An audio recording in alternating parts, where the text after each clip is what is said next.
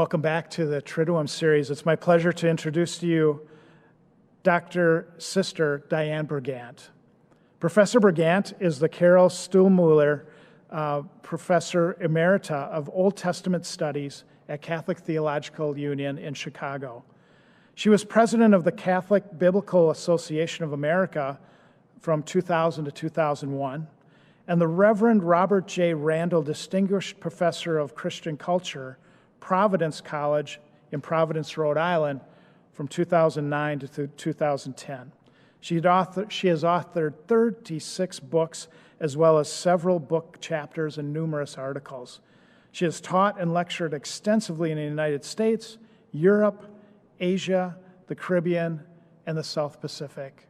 Let's welcome Sister Dianne Bergant. Today, we will do a little bit of reflection on the religious meaning of Holy Saturday. What does Holy Saturday mean? Where do you go to find out what Holy Saturday means? Because there are no readings. There is no biblical information about Holy Saturday, nor is there any liturgical information. The last liturgical readings we had was at the end of Tenebrae, or the end of Friday. And there is nothing on Saturday, absolutely nothing, until we get into the vigil, which is really Easter celebration. So how do we know what Holy Saturday means? Does it even have a meaning?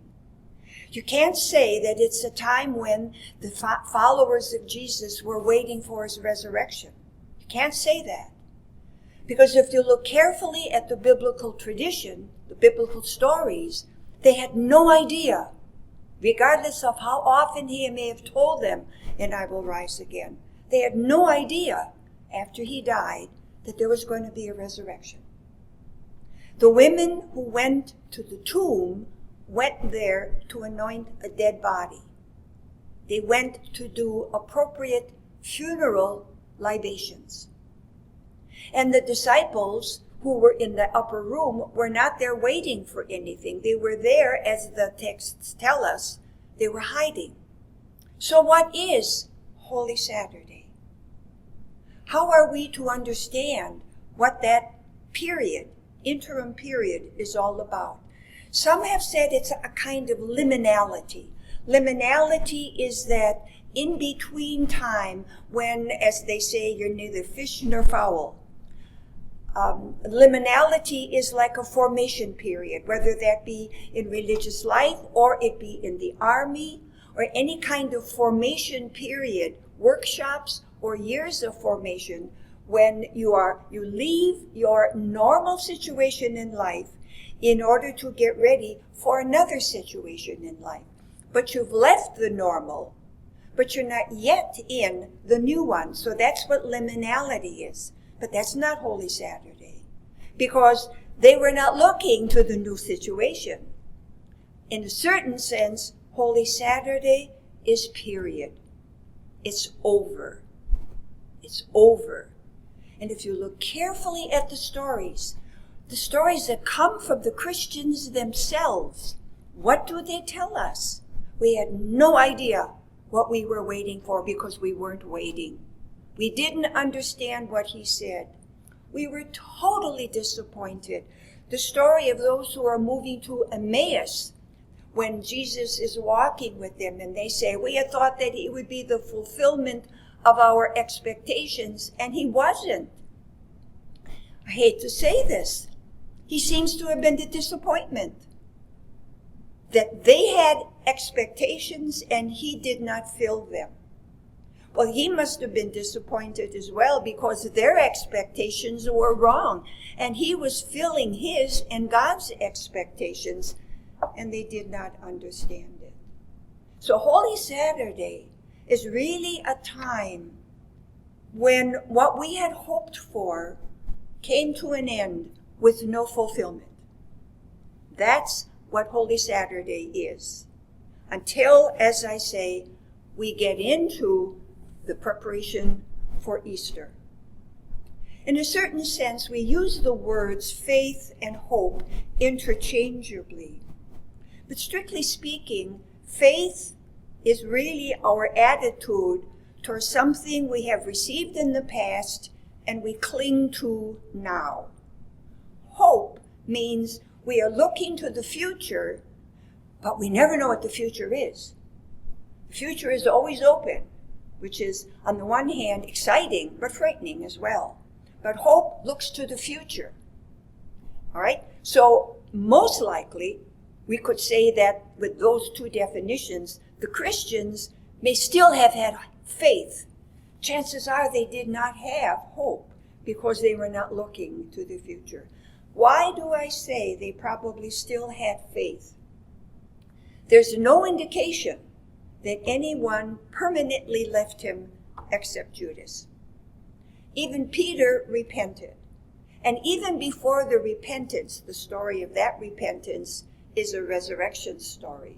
The 11, which includes Peter, the 11 stayed together. Why? Why? One would think if they were smart, seeing what the authorities did to Jesus, they would have scattered, but they stayed together. So there is a sense of community that we have in all of the pre-resurrection, post-crucifixion, pre-resurrection stories. They stayed together. And obviously there was some kind of communal connection that they had. The women, when they went to the empty tomb, went back to the 11. So they had not yet given up totally on Jesus. They were still somehow attached to what he had said, attached to him. They still had remnants of faith. And again, if we look at what the couple that's moving to Emmaus, if we look at what they are saying, there is disappointment. We had thought he would fulfill our expectations. But in no way do they really speak negatively about Jesus. No way do they indicate or do we find that they gave up, totally gave up on Jesus. So there were remnants of faith. And also the resurrection stories of the women going to the tomb, even though they were going to the tomb to anoint the body, which has to do with death, they were still attached to him. Otherwise, why anoint the body? Why give it a proper burial? So that's what Holy Saturday is about. Until we move in to the readings of the vigil. So in a certain sense, then, it might be good for us to look into our own minds and hearts. What are our expectations? What do we expect of God? We're in a serious situation with the pandemic. What do people accept God is going to do? Swoop in? The drug companies have swooped in. And that's perhaps the way God does. But many people were very, very upset that God allowed this to happen. What are our expectations? That's a very constant concern, because people become very disappointed that God does not meet our expectations. It's very natural, but also causes great consternation in the lives of many people who suffer loss, who suffer tragedy, who have suffered during this pandemic, during the social unrest that we have, not only in our country, but in our world. So look to see to what extent do we think that God has not met our expectations? To what extent do we have no hope? Because God has not fulfilled our hopeful expectations. To what extent do we still really have faith? Which then that faith should be able to give us hope for the future. Maybe that's what we should be thinking about when we think of Holy Saturday. But we're moving toward the vigil. And the first readings, the movement of the readings is most reflective, because it builds on something. It starts with chaos. It starts with creation. Granted, it's creation, but let us never underestimate the power of the first words. That at the beginning of God's creation, the earth was a formless waste. That's two very, very important technical words. Formless wasteland. Different translations, but it's basically the same. And darkness was over the face of the abyss. It's chaos. And if you look carefully in all of the scriptures, and not only in that of the Judeo-Christian tradition, but other religious bodies as well, people recognize that there is constant struggle between the forces of good and the forces of evil. In the world, in society, in the human heart, in the life of every person. Paul even says, what I want to do, I don't do. What I don't want to do, I do. There's a battle within me. The forces of good and the forces of evil. And our ancestors said it is a cosmic struggle. Right? And frequently chaos is characterized in the Old Testament and in the New Testament as unruly water. Now, that probably came from Mesopotamia, which is the land between the Tigris and the Euphrates. You look at contemporary history and experience. With all of our technology, we cannot control unruly water. We cannot hold back floods, right? We cannot hold back a tsunami. We cannot control unruly water. So it is natural then that unruly water would be used as a metaphor or a symbol of chaos. The question is there a force of good that can conquer it? And here's the whole question of hope again. I mean, if one's world, go back to the theology of Holy Saturday, if one's religious world has been shattered and collapsed with the death of Jesus, then evil has conquered. And there are times when we think that is the case. That's when we have to look into our hearts to see whether or not we really hope that good will conquer. So we find that in Genesis 1. The liturgists have us begin at the beginning. And the beginning is not simply creation. The beginning is the acknowledgement of chaos. At the beginning, there was these 4 technical words for chaos. And what happened?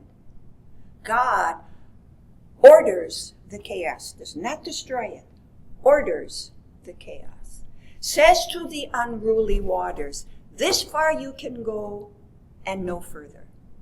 So it is controlled. And all the way through the scriptures, we see wherever there is that struggle of unruly waters, God shows God is in charge. Jesus walks on unruly waters. It's a sign he's got the power of the Creator God. All right? What we have now is unruly waters that have been ordered. There's hope here. And the hope is that chaos, if not conquered, it will be controlled. A little jumping ahead. In Revelation chapter 21, it's a beautiful phrase. And then I saw a new heaven and a new earth. The old heaven and the old earth had passed away, and the sea was no more. And the sea is the unruly waters. So we have to wait until the end of the end before chaos is totally destroyed, which means we'll always find that struggle. And everybody who is reflective knows in one's personal life, in neighborhood, in politics, in the church, there's a constant struggle, and we are always challenged, not only to hope, but to do something about making sure that chaos or evil or whatever we think does not consume us. So we go back now to the vigil. That's what we find in the Genesis account. The second reading is the story of Abraham. It's the story of Abraham who's called by God to sacrifice his son. I heard once somebody said that's the story of child abuse. Well, what was the original author intending to show? In no way do I want to minimize the importance of Isaac. And what we have in the story is a man who is called by his God not only to sacrifice his son, he's got another one. And he can have other children, but this is the one. This is the one of promise. So it's not just sacrificing his son. This is the one of promise, which means in a patrilineal society, inheritance goes through the line of the patros, goes through the line of the father. And Isaac is the heir of Abraham, which means that it is in Isaac that all the land goes and stays in the family, but is handed down. And not only that, what we have progeny, it is through Isaac that there will be generation after generation after generation of the children of Abraham. So Abraham is being asked to give up his son, but also to give up his property and to give up his future. That is the question. That is the question. And I want to turn that question around just a little bit. Do we trust in the promises of God, or do we trust in the God who makes the promises? The promises or the God who makes the promises? Because if we trust in the promises, we have a tendency to interpret them our own way. But if we trust in the God who makes the promises, then there is an Easter. Then goodness will survive and ultimately be conquered. Then there will be a resurrection. And the death of Jesus is not the period. It's not the end. It is, in a certain sense, the moment of transition. The moment of moving us from what our expectations may have been to open ourselves to the surprise that comes from trusting in a God who has made promises. Think about these things for Holy Saturday. It's a rich tradition of our religious heritage.